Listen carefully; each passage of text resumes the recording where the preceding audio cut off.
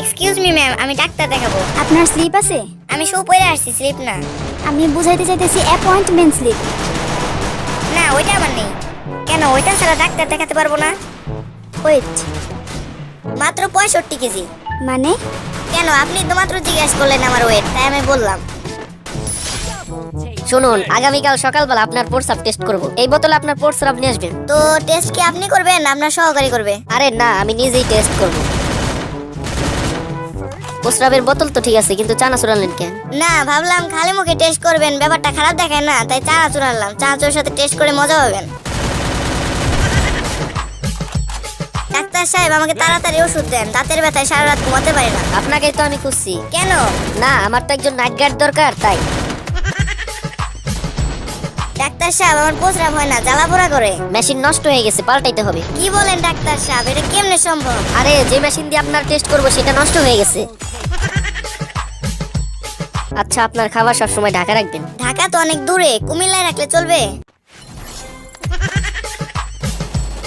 আরে, আপনার কি খবর? এখন কেমন আছেন? কোনো সমস্যা হচ্ছে না তো? না, কোনো সমস্যা হচ্ছে না, তবে হয়েছে কি, এখন দম নেওয়ার সময় আর সারা সময় বুকের ভেতর টিক টিক শব্দ করে। তাই তো বলি, আমার এত দামি ব্র্যান্ডের ঘড়ি কোথায় গেল?